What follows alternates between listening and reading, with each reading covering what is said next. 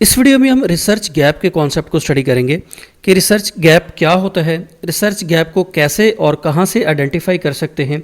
इसको हम with example समझने की कोशिश करेंगे। What is research gap? A research gap is a question or a problem that has not been answered by any of the existing studies or research within your field. जिस topic के ऊपर आप research करना चाह रहे हैं उस topic के रिलेटेड कोई क्वेश्चन या कोई प्रॉब्लम जिसको उस पर्टिकुलर टॉपिक पर होने वाली प्रीवियस रिसर्च में एड्रेस नहीं किया गया, उस प्रॉब्लम या क्वेश्चन को रिसर्च गैप कहते हैं। जिस पर्टिकुलर टॉपिक के ऊपर आप रिसर्च करना चाह रहे हैं, अगर उस टॉपिक के ऊपर पहले कोई रिसर्च नहीं हो चुकी तो इसे हम रिसर्च गैप कहते हैं। रिसर्च गैप वो एरिया होता है जिसमें फर्दर रिसर्च की ज़रूरत है। रिसर्च गैप को फुलफिल करने के लिए ही रिसर्च की जाती है। रिसर्च गैप फर्दर रिसर्च के लिए फाउंडेशन प्रोवाइड करता है। अगर रिसर्च गैप नहीं है तो आपको रिसर्च करने की ज़रूरत ही नहीं है। आप पहले की जाने वाली रिसर्च के रिजल्ट्स को ही यूज़ कर सकते हैं। तो रिसर्च गैप का मतलब ये है कि जिस भी पर्टिकुलर टॉपिक के ऊपर आप रिसर्च करना चाह रहे हैं उस टॉपिक के रिलेटेड कोई ऐसा प्रॉब्लम या कोई ऐसा क्वेश्चन जिसको प्रीवियस किसी भी रिसर्च के अंदर एड्रेस नहीं किया गया, या उस प्रॉब्लम या उस क्वेश्चन के ऊपर पहले कोई रिसर्च नहीं की गई, तो इसे हम रिसर्च गैप कहते हैं। और रिसर्च गैप को यूज़ करते हुए ही हमेशा फर्दर रिसर्च की जाती है। जिस पर्टिकुलर टॉपिक के ऊपर आप रिसर्च करना चाह रहे हैं, अगर उस टॉपिक के ऊपर पहले ही रिसर्च की जा चुकी है तो आपको फर्दर रिसर्च करने की ज़रूरत नहीं है। आप उसी रिसर्च के रिजल्ट्स को यूज़ कर सकते हैं।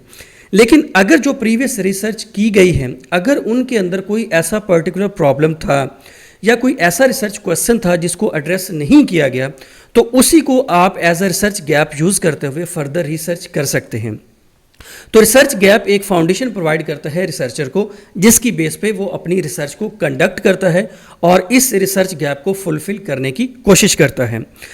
Research gap exist when there is a new concept और idea that has not been studied so far. New idea या न्यू कॉन्सेप्ट भी रिसर्च गैप होता है। बिकॉज अगर कोई न्यू आइडिया है रिसर्चर के पास या उसके पास कोई न्यू कॉन्सेप्ट आया है, तो न्यू आइडिया या न्यू कॉन्सेप्ट रिसर्च गैप ही होता है। बिकॉज अगर रिसर्चर का आइडिया न्यू है तो डेफिनेटली उसके ऊपर पहले कोई रिसर्च नहीं हो चुकी होगी, तो न्यू आइडिया या न्यू कॉन्सेप्ट भी रिसर्च गैप होता है। एक ऐसा रिसर्च क्वेश्चन या एक ऐसा प्रॉब्लम जिसके ऊपर बहुत अरसा पहले रिसर्च की गई थी, फॉर एग्जांपल 15 से 20 साल पहले सिमिलर टॉपिक के ऊपर रिसर्च की गई थी, अब वो रिसर्च आउटडेटेड हो चुकी है, तो आपको अपडेटेड रिसर्च की रिक्वायरमेंट है। तो ये भी एक रिसर्च गैप है। अब हम रिसर्च गैप की एक एग्जांपल को स्टडी करते हैं। फॉर एग्जांपल, ये एक रिसर्च पेपर का टाइटल है, the relationship between job satisfaction and job performance among employees, a case study of commercial banks in Colombo. अब ये एक रिसर्च पेपर का टाइटल है। इसी टाइटल को देखते हुए हम इसके अंदर से रिसर्च गैप को आइडेंटिफाई कर सकते हैं। इस रिसर्च पेपर के अंदर दो वेरिएबल्स को स्टडी किया गया है, जॉब सेटिस्फैक्शन और जॉब परफॉर्मेंस।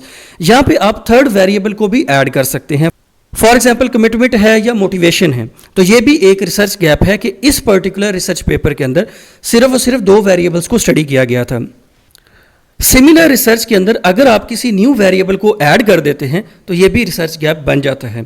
और इसी तरह ये रिसर्च सिर्फ और सिर्फ कमर्शियल बैंक्स के ऊपर की गई है। इसके अंदर जो स्टेट बैंक सेंट्रल बैंक है वो नहीं है, ये भी एक रिसर्च गैप है। और इसी तरह ये रिसर्च सिर्फ और सिर्फ एक सिटी के अंदर की गई है। इसी रिसर्च को अगर आप एक्सटेंड करते हैं पूरे कंट्री के ऊपर तो ये भी एक रिसर्च गैप है। तो रिसर्च गैप का मतलब यह है कि कोई ऐसा क्वेश्चन या कोई ऐसा प्रॉब्लम जिसको प्रीवियस किसी भी रिसर्च के अंदर एड्रेस नहीं किया गया, उस क्वेश्चन या उस प्रॉब्लम को रिसर्च गैप कहते हैं।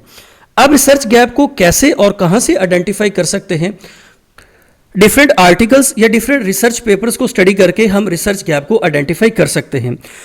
लिटरेचर रिव्यू के थ्रू हम रिसर्च गैप को आइडेंटिफाई कर सकते हैं कि जिस भी पर्टिकुलर टॉपिक के ऊपर हम रिसर्च करना चाह रहे हैं उसके रेलिवेंट जितना भी कंटेंट पहले पब्लिश हो चुका है, उसके रेलिवेंट जो भी मटेरियल पहले पब्लिश हो चुका है उसको स्टडी करना है। इसे कहते हैं हम लिटरेचर रिव्यू।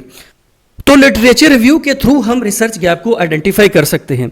जब हम थॉरली लिटरेचर रिव्यू करते हैं ना, तो उससे हमें पता चलता है कि कौन सा ऐसा रिसर्च क्वेश्चन है या कौन सा ऐसा प्रॉब्लम है जिसको प्रीवियस स्टडीज में एड्रेस नहीं किया गया। रिसर्च पेपर्स या थीसिस में एक सेक्शन होता है सुजेशंस फॉर फ्यूचर रिसर्च। अब सुजेशंस फॉर फ्यूचर रिसर्च के अंदर से भी हम रिसर्च गैप को देख सकते हैं।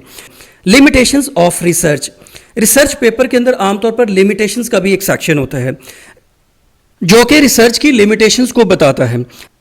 तो इन लिमिटेशंस को हम फर्दर रिसर्च के अंदर एड्रेस कर सकते हैं। यहां से भी हमें रिसर्च गैप मिल जाता है। कंक्लूजन, अब एक रिसर्च का जो कंक्लूजन होता है वहां से हमें पता चलता है कि ये रिसर्च किस पर्टिकुलर प्रॉब्लम को एड्रेस करती है।